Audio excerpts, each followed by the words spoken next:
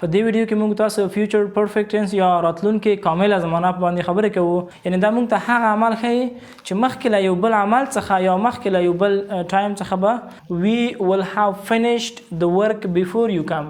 مخکې له دې څخه چې ته راشې موږ به کار تکمیل کړی وي. پازیټیو کې subject plus will have plus third form of the verb plus complement. په دې زمانه کې موږ تاسو دوه دانې کلازونه استفاده کوو یا دوه جملې استفاده کوو. لومړی جمله به په فیوچر پرفیکټ ټینس کې وي، دویمه جمله په simple present tense کې وي.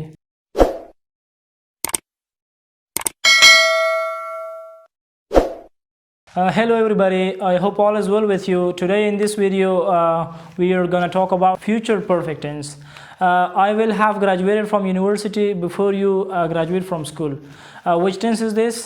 سلامونه دوستانو، خدای وکړي چې جوړ روغ اوسئ. په دې ویډیو کې موږ تاسو فیوچر پرفیکټ ټینس یا راتلونکي کامله زمانه باندې خبرې کوو چې دا زمانه څه وخت استفاده کیږي او د استعمال ځایونه یې څنګه دي. I will have graduated from university before you graduate from school. زه به له پوهنتون څخه فارغ شوی یم، مخکې له دوی څخه چې ته له مکتب څخه فارغه شي. یعنې موږ ته هغه عمل ښیي چې په آینده زمانه کې به مخکې د یو بل عمل څخه تکمیل شوی وي. یعنې هغه عمل ښیي چې په راتلونکي زمانه کې به د یو بل عمل یا د یو بل ټایم څخه مخکې تکمیل شوی دا موږ ته راتلونکي کامله زمانه ښیي. تاسو ګورئ دوستانو فیوچر پرفیکټ ټینس یا راتلونکي کامله زمانه. It shows an action that will be completed before another action or time in the future.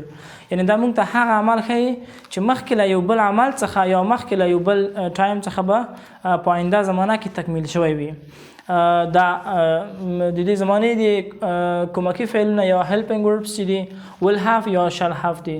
will have یا shall have استفاده کیږي او اصلي فعل چې د main verb in future perfect tense we use third form of the verb or past participle. Past participle means third form of the verb.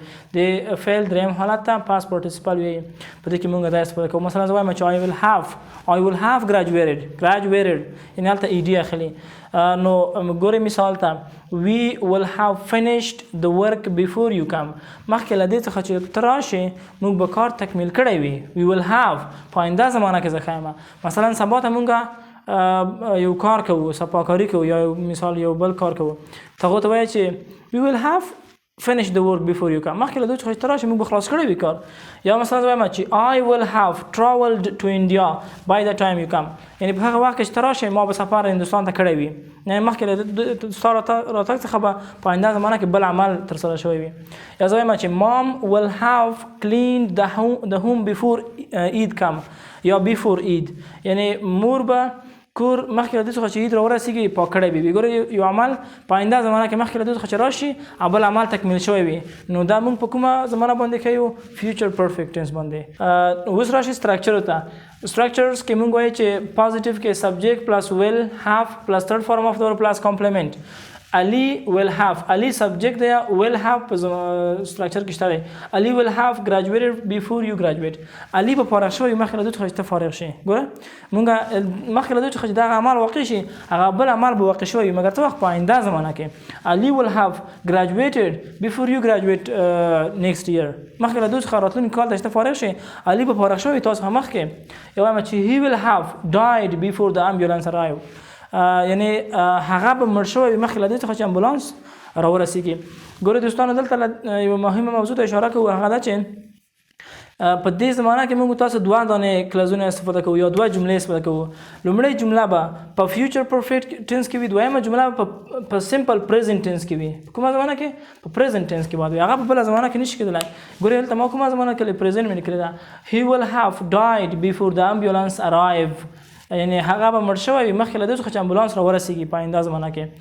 they will have escaped before the police come. مخکې له دوی څخه چې پولیس راشي دوی به تښتېدلي وي، دوی به له دې ځای څخه تللي اوسېږي. یعنې مخکې د پولیسو د راتګ څخه چې یو عمل دی دا بل عمل به تکمیل شوی وي چې هغه د هغو خلکو تښتېدل دي. که چېرته غواړو دغه مثالونه منفي ته وړو چې دا کار به نه وي شوی مخکې له دې څخه چې دا بل کار وشي هغه به داسې وایو. موږ به دلته د کومکي فعل نه وروسته not اضافه کوو لکه subject plus will not یا won't plus have plus third form of the verb. not چې دی د will او د have په مابین کې استفاده کېږي. لکه Ali won't have یا Ali will not have graduated before you graduate. Ali به مخکې نه وي فارغ شوی مخکې له دوی څخه چې ته فارغ شي، یا Ali به نه وي فارغ شوی مخکې له دوی څخه چې ته فارغ شي. he will not have died before the ambulance arrived یا he won't have have died before the ambulance arrived. هغه به نه وي مړ شوی مخکې له دې چې امبولانس راورسېږي. بل وایي چې they will not have escaped before the police come. مخکې له دې څخه چې پولیس راشي دوی به نه وي تښي، یعنې پولیس راتګ به راشي بیا به هغه عمل وروسته کېږي. بل په سوالیه کې که دغه جملې غواړو سوالیه ته یې وړو چې آیا علي به فارغ شوی مخکې له دې څخه چې ته فارغ شي په آینده زمانه کې، هغه به څنګه کوو؟ کومکي فعل به سر ته راوړو will plus subject plus have plus third form of the verb plus complement. will Ali have graduated before you graduate؟ آیا علي به فارغ شوی مخکې له دې څخه چې ته فارغ شي؟ نو دلته څنګه سوال کېږي yes he will یا no he won't. نو دغه دوه مثالونه به ستاسو کارخانګي شي دوستانو. تاسو به دا له ځان سره په کتابچو کې چینج کړئ، وګورئ چې تاسو پوه شوي یې که نه یې پوه شوي. له توجه څخه مننه دوستانو. خدای دې وکړه چې له درس څخه مو یو څه زده کړي اوسیږي. که مو ویډیو خوښه شوې وي ویډیو له نور دوستانو سره هم شریکه کړئ او د کمنټ په برخه کې خپل نظریات، خپل سجیشنز، ابجیکشنز زموږ سره شریک کړئ او زموږ چینل سره سبسکرایب کړئ ترڅو زموږ هره نوې درسي ویډیو تاسو پورې لومړی در ورسیږي.